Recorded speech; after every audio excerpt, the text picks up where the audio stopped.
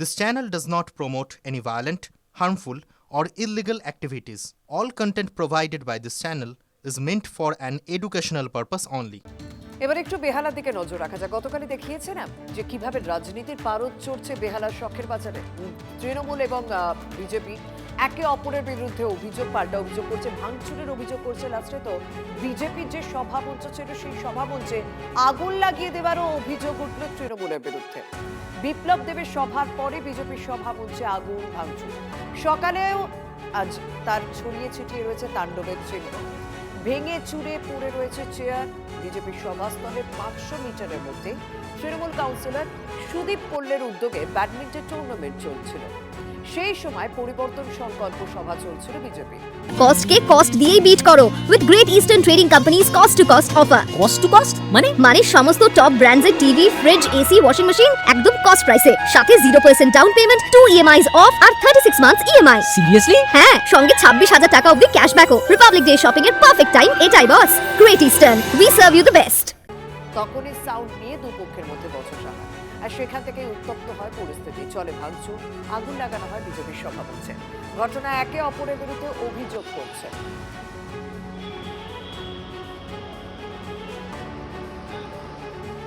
আমরা মিটিং করে চলে গেছি, তারপরে দেখছি আমি এসেছিলাম বাজার ফ্ল্যাগ কিনতে, তখন দেখলাম এখানে আগুন জ্বলছে। সবাই আমাকে বললো আপনি চলে যান।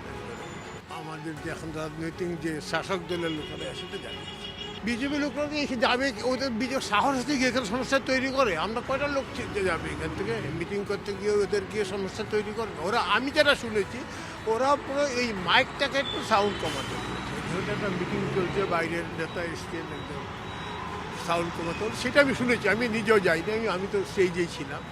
তো কিন্তু একটা জিনিস কি, কোনো গণ্ডগোল মিটিং চলাকালীন হয়, মিটিংটা শেষ হয়ে গেছে, আমরা সবাই চলে গেছি, তারপরে দেখছি আগুন জ্বলছে। পুলিশের সামনে হয়েছে, ফায়ার ব্রিগেড পুলিশ ডেকে এটা বন্ধ করেছে। আগুনটা পুরো এখন যদি বন্ধ না হতো পুরো এই বাজারে আগুন লেগে যেত। পুলিশ তো চিরকালই এখন সাধারণ দর্শক কথা বলি, সুদীপ কোল্লে প্রায় 10 বছর ধরেই একই দিনে ব্যাডমিন্টন টুর্নামেন্ট করে এবং আমি যবে থেকে বেহালাপুরের এমএলএ হয়েছি প্রতিবারই আমি আসি এবং আমি হঠাৎই শুনলাম যে কিছু বিজেপির ছেলে পেলে যারা ছিল, যারা প্রত্যক্ষদর্শী বেশি ভালো বলতে তো তারা বরিশাল ক্লাবের ভেতরে ঢুকে ভাঙচুর করেছে। আমি মনে করছি যে এটা ইচ্ছাকৃত ভাবে করা হয়েছে, কিন্তু বিজেপি জানে না যে বাংলায় তৃণমূল কংগ্রেস করি আমরা, আমাদের মাথার উপর মমতা বন্দ্যোপাধ্যায় আছে। ওরা যত হামলা করবে আমরা তত কঠিন হবে।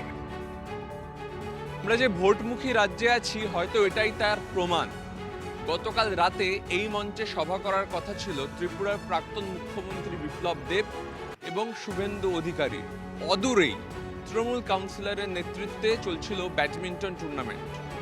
অভিযোগ দুপক্ষেরই। এই বিজেপির অভিযোগ যে এই যে মঞ্চ তাতে তৃণমূলের সমর্থকরা, দুষ্কৃতীরা তারা এসে আগুন লাগিয়ে দেয়, ভাঙচুর করে দেয়। অন্যদিকে তৃণমূলের অভিযোগ যে আগে নাকি বিজেপি সমর্থকরা সেখানে যান এবং সেখানে বচসার সূত্রপাত হয়। স্বাভাবিকভাবেই রাজনীতির উত্তাপ তুঙ্গে, কিন্তু সেই উত্তাপের জেরে সেখান থেকে তৈরি হওয়া আগুনের জেরে এভাবেই সবার আগে সভামঞ্চ পুড়ে ছাড়খাড়। এখানে যে চেয়ার ছিল সেগুলোকে পর্যন্ত জ্বালানো হয়েছে, ভাঙচুর করা হয়েছে এবং গোটা সভা মঞ্চে কিন্তু আগুন ধরিয়ে দেওয়া হয় ভাঙচুরের পরে। বিজেপি অভিযোগ করছে যে গণতান্ত্রিক পরিকাঠামোকে ভেঙে ফেলতে তৃণমূলের দুষ্কৃতী বাহিনী সমর্থকরা তারাই এই কাণ্ড ঘটিয়েছে। পাল্টা বিজেপির দিকে আঙুল তৃণমূল কাউন্সিলরের নেতৃত্বে ব্যাডমিন্টন টুর্নামেন্ট আয়োজকদের। ভোটের আগে তৃণমূলের নতুন কেলেঙ্কারি পর্দাফাঁস। বিস্ফোরক ইঙ্গিত বিজেপির সাংসদ ও প্রাক্তন বিচারপতি অভিজিৎ গঙ্গোপাধ্যায়। কেলেঙ্কারি ফাঁস হলেই টানা 72 ঘন্টা বাদ ডাকার পরামর্শ।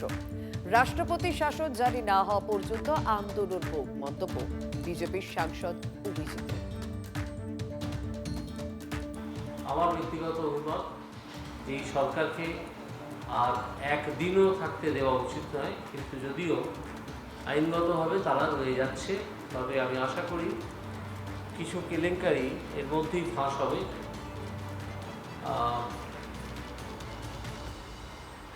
এবং তখন আবার একটা জোরদার আওয়াজ উঠবে এই সরকারের চলে যাওয়ার বিষয়, এবং সেখানে আমার ব্যক্তিগতভাবে মনে হচ্ছে এই কেলেঙ্কারি যদি ফাঁস হয় কয়েকদিনের মধ্যে, তাহলে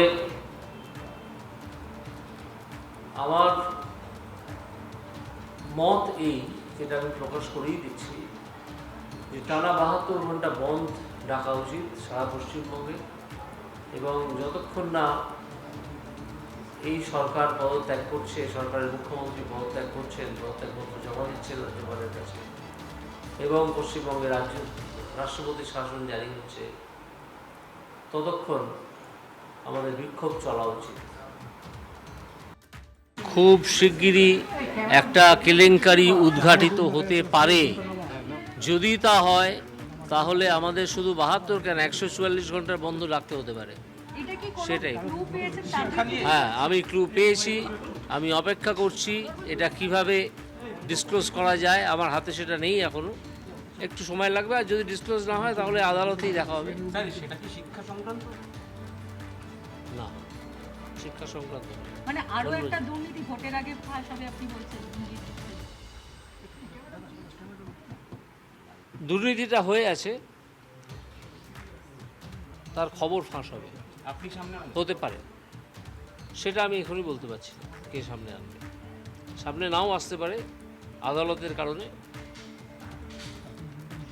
তবে সেই দুর্নীতি যদি আদালতের বাইরে সামনে আসে তাহলে ক্রমাগত বন্ধ রেখে এই সরকারকে উৎখাত করা ছাড়া আর কোনো উপায় থাকবে না।